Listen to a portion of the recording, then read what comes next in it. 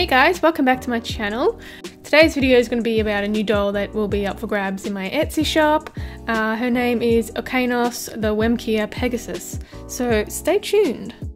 So like normal, I'm starting off with a resin cast of original sculpture that I have sculpted myself and moulded in silicone and then cast in resin. If you want to know what silicons and resins I use, I have a video, two separate ones about resins and silicons, so definitely have a look at my channel for those videos. And I'm just starting off like I normally do, painting around the eyes, and this time the snout area is going to be fully black, so I'm going to be painting everything at the front black using water-based acrylic paint by the brand Armature. So like most of my dolls, they have a backstory. The ones that aren't commissions, that is, they have a backstory, so I will go through the backstory for Okeanos. Wemkeer Pegasus is a dwarf-sized creature with a big personality. They are among the smaller of the Pegasus breeds found throughout the world. They are known to be cheeky creatures and know how to get what they want. They tend to charm people with their big eyes and small size. Much like all of the creatures that reside in Wemkeer, the Wemkeer Pegasus features a mostly white coat. However, there is a slight shade of bluish grey and white spots on the rear on some of them. This colour usually develops when the creature comes into maturity.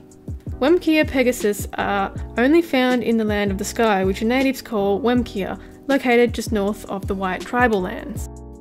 So that's it. Let me know if you guys like these little stories in the comments down below, and I'll try and make some more elaborate ones. So what you've just seen is I painted the iris a nice sky blue colour with Dervian Matisse coloured paint, and I am now painting in the pupils using that dry brush technique. And just a little tip, if you find that the edging of a pupil is too thick, you can wet a small brush, dry it off a little bit, and you'll be able to pick up some of that paint and feather the pupil out a bit. Anyway, this is the fur that I'll be using. It's a nice thick pile faux fur, and as you can see, I have drawn out the patterns, so I'll be using this fur for the entire doll because it's white underneath, and when I trim all of the bits it will be white and the tips will be black colour. So I'm just drawn out all the shapes in this fur, so I don't need to sew anything else together. So just like normal, I'm cutting the backing of the fur, not the actual pile, because that means it'll render it a bit useless. So I'm sort of inserting my scissors in between the pile that's underneath this backing. And you get faster at it once you do more, just keep practicing. So once this all is cut out, I'll then pin it fur side together, and I will run it through the sewing machine on a larger stitch, and then here is the finished process. So I've left the neck open because it's quite a small hole, so it makes it quite difficult to feed the fur back through. So if you're having trouble with thinner parts, leave them open, and that way it'll be really easy to pull it through. You just have to hand sew it, which is not a big deal. It's just I find sewing through the sewing machine is a bit stronger than hand sewing. Okay, so I'll then make the armature and insert it through the faux fur body, and I did things a little bit differently this time because the hooves are really tiny, so I decided to paint them once they have been attached to the armature. And I've had a lot of questions about the armatures and how I attach them and stuff, so I do want to do a video on that. So I'm just having a little trouble doing some pointers because I don't want to give it everything away. I want you guys to do some work for yourselves. So let me know in the comments if there are any tips you want me to bring up or anything like that, or something that will help you. Let me know in the comments and I'll try and include them.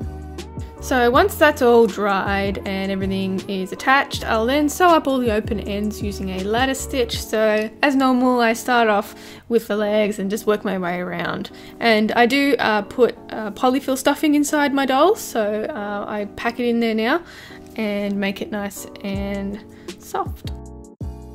And I do recommend using a good quality thread for this as well. So once it's all sewn up, I then attach the fur piece to the resin using a tacky fabric glue that I got in a local craft store. So this Pegasus I used a real alpaca fibre. Now this is shorn off the alpaca so they weren't killed or anything, so it's completely ethical. I got it from a farm here in Australia and I washed it up and everything myself, and so I wanted her to have a longer sort of mane and tail, so I decided to go with this instead of some fake fibre which I was going to use. It just looked a bit tacky and just not real, so I opted for the real fibre, and I'm glad I did because it looks so much better than that fake wig stuff. So she does have quite a long curly tail which looks really well on her. And I just wanted to include some different clips here as well. So here's what the face looks like before I have attached the fur. I do get a lot of questions about how do you fur the face, and it's not something that I'm really willing to show because I've spent a lot of years developing this technique and I'm not really ready to give it away for free.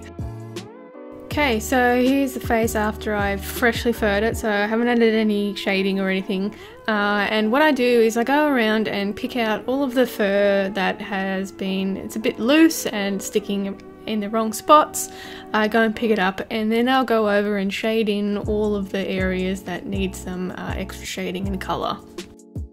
So I don't know what I did with the footage of the wings, but it's disappeared. Anyway, they're cruelty-free feathers that are attached to a bit of an armature, so you can move them. And so what I'm doing here is I'm making some little wefts for the main area, and I'm just using some Mod Podge to stick the ends of the fur together so they all stay clumped together and they don't go fly away anywhere. And then I'll attach them to the mane, and here's what we have after I've finished and attached everything. So this little lady is up for grabs. She'll be in my Etsy shop, so the link is in my description.